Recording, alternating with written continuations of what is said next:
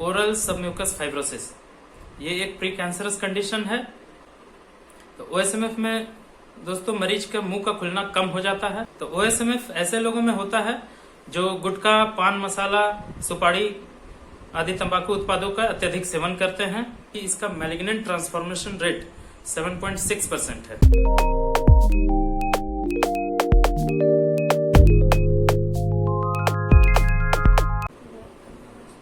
नमस्कार दोस्तों, जय हिंद, वंदे मातरम।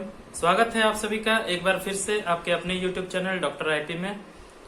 दोस्तों आज हम जिस टॉपिक पर बात करेंगे वो है ओएसएमएफ। ओएसएमएफ क्या होता है? ओएसएमएफ का फुल फॉर्म होता है दोस्तों ओरल सबम्यूकस फाइब्रोसिस। ये एक प्री कैंसरस कंडीशन है।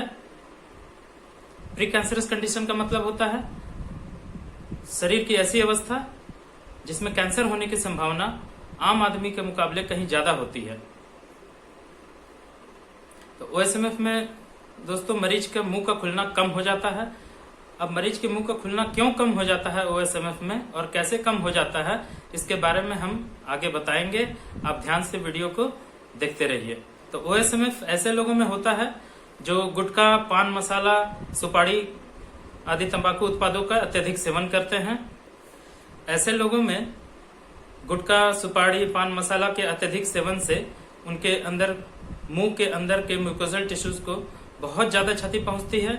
ओएसएमएफ में होता क्या है दोस्तों, मुंह के अंदर के म्यूकोजल टिश्यूज में प्रोग्रेसिव फाइब्रोसिस होने लगती है, जिसके वजह से धीरे धीरे मुंह के अंदर का म्यूकोजा स्टिफ और रिजिड हो जाता है और मुंह का खुलना कम हो जाता है।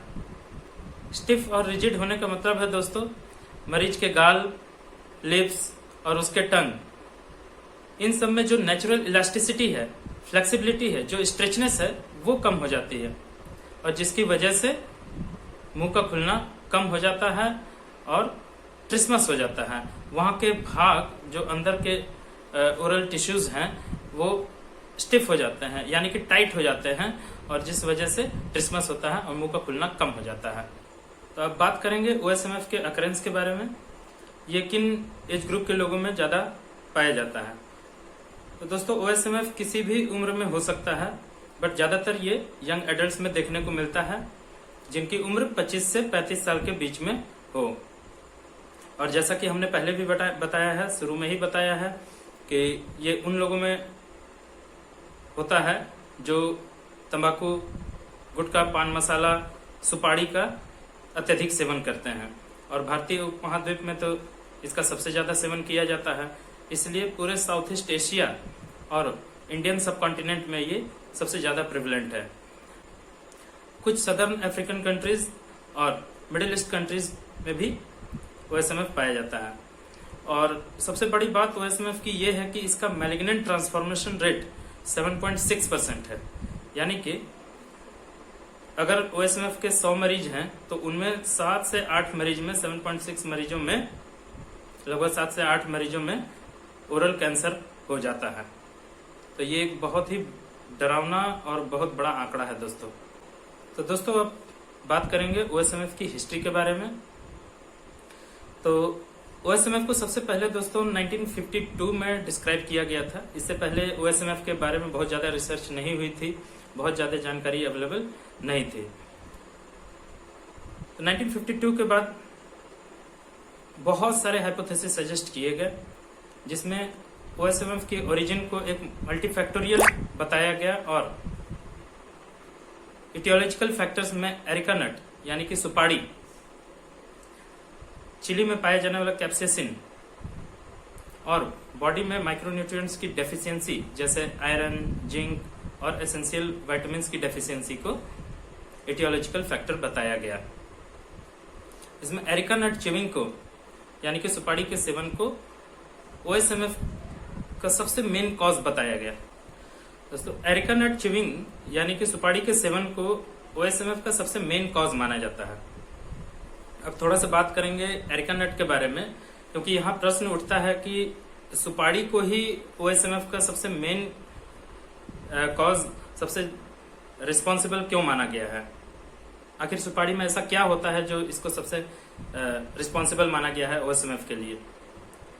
तो दोस्तों मैं बता दूं एरिका नट में यानी कि सुपारी में 11 to 12% टैनिन्स होते हैं और अल्कलॉइड्स जैसे एरिकोलिन, एरिकेडिन, गिबरेलिन और 0.15% to 0.67% गिबरेलिन होता है। इनमें एरिकोलिन सबसे मेन एजेंट है। एरिकेडिन क्या करता है दोस्तों? एरिकेडिन फाइब्रोब्लास्ट के स्टिमुलेशन और उसके प्रोलिफरेशन के लिए जिम्मेदार माना जाता है, जिसकी वजह से कोलेजन सिंथेसिस होता है और कोलेजन फाइबर्स दोस्तों नॉन डिग्रेडेबल होता है। और स्लैगलाइम यानी कि चूना के साथ मिलकर ये एरिकोलिन की हाइड्रोलाइसिस करता है, जिसकी वजह से ये एजेंट पूरे ओरल एनवायरनमेंट में, पूरे ओरल कैविटी में फैल जाता है। टैनिन्स कोलेजन डिग्रेडेशन को रोकता है। तो टैनिन्स और एरिकोलिन इन दोनों के द्वारा कोलेजन डिग्रेडेशन को रोकना और कोलेजन प्रोडक्शन को इंक्रीज करना, इन दोनों के कंबाइंड इफेक्ट के कारण ही OSMF इंड्यूस होता है। और इसके साथ साथ न्यूट्रिशनल डेफिशिएंसीज जैसे आयरन की कमी, विटामिन बी कॉम्प्लेक्स की कमी, मिनरल्स की कमी और मैलन्यूट्रिशन के कारण इन्फ्लेम्ड ओरल म्यूकोजा की हीलिंग प्रोसेस डिस्टर्ब हो जाती है और डिरेंज्ड हीलिंग, स्कैरिंग और फाइब्रोसिस होने लगता है। तो दोस्तों अब बात करेंगे OSMF के सिम्टम्स के बारे में, यानी OSMF के लक्षण के बारे में।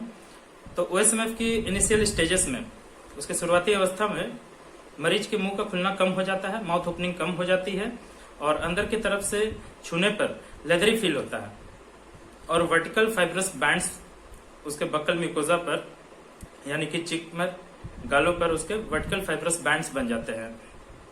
उन फाइब्रोटिक बैंड्स को अगर इंडेक्स फिंगर से छुआ जाए तो पीछे की तरफ से आगे की तरफ अगर ड्रैग किया जाए तो बड़े ही आसानी से पता लगाया जा सकता है। टाइट टाइट सा फील होता है। OSMF के एडवांस्ड स्टेजेस में म्यूकोजा अपनी रेजिलियंसी, अपनी इलास्टिसिटी, अपना लचीलापन खो देता है और ब्लांच्ड और स्टिफ और टाइट हो जाता है और ये मुंह में चारों तरफ फैल जाता है। यहाँ तक कि तालू के ऊपर वाला सॉफ्ट वाला जो सॉफ्ट पैलेट होता है, जो तालू के ऊपर वाला सॉफ्ट वाला भाग होता है, वो भी टाइट हो जाता है। फ्लोर ऑफ माउथ यानी कि जिससे टंग अटैच्ड रहता है, जीभ जिस भाग से जुड़ा हुआ रहता है, वो भी स्टिफ हो जाता है, टाइट हो जाता है और जिस वजह से मरीज अपने जीभ को भी बाहर की तरफ नहीं निकाल पाता, उतना नहीं निकाल पाता जितना पहले निकाल सकता था। और कुछ सीवियर केसेस में तो मरीज अपनी जीभ को बिल्कुल भी नहीं निकाल पाता। मरीज के होंठ वो भी स्टिफ हो जाते हैं और कमिसर ऑफ माउथ यानी कि मुंह का कोना भाग, ये वाला भाग, ये दोनों वो भी कटा कटा फटा फटा सा दिखता है। और भी बहुत सारे सिम्टम्स हैं OSMF के, जैसे मुंह का सूखना, लार का कम बनना यानी उसे जीरोस्टोमिया भी बोलते हैं, रिकरेंट अल्सरेशन यानी मुंह में बार बार छाले पड़ना, बर्निंग सेंसेशन ऑफ माउथ यानी कि मुंह में जलन होना। तो OSMF के मरीजों में तीखा तो दूर, हल्का मसालेदार खाने पर भी बहुत जबरदस्त मुंह में जलन होती है। उनके गालों पर, उनके जीभ पर बहुत ज्यादा जलन होती है। फिर श्रंकन इव्यूला यानी कि इव्यूला जब आप मुंह आ करेंगे तो पीछे गले पर एक जो लटक रहा होता है उसे इव्यूला बोलते हैं, तो वो भी सिकुड़कर छोटा हो जाता है। पिगमेंटेशन ऑफ ओरल म्यूकोजा, आपके गालों पर जो मरीज OSMF का जो मरीज होता है उसके गालों पर, ओरल म्यूकोजा पर ब्राउनिश और ग्रेश, ब्लैकिश कलर का पिगमेंटेशन होने लगता है। और कभी कभी तो कुछ मरीजों में कान में दर्द होना, कान से कम सुनाई पड़ना, इस तरीके की भी समस्या आ जाती है। वॉइस में भी यानी उनके आवाज में भी नेजल इंटोनेशन आ जाती है। तो आज की वीडियो में बस दोस्तों इतना ही। आगे की वीडियोस में हम इसी टॉपिक को कंटिन्यू करेंगे। तब तक के लिए अगर ये वीडियो, आज का वीडियो आपको यूजफुल लगा हो, जानकारियों से भरपूर लगा हो, तो आप इस वीडियो को लाइक कर लें, शेयर कर दें। और अभी तक आपने मेरे चैनल को सब्सक्राइब नहीं किया है तो इसे जल्दी से जल्दी सब्सक्राइब कर लें। साथ ही नोटिफिकेशंस के लिए बेल आइकन के ऑल ऑप्शन को क्लिक कर लें। तो मिलते हैं दोस्तों किसी नेक्स्ट वीडियो में। तब तक के लिए जय हिंद, जय भारत, वंदे मातरम।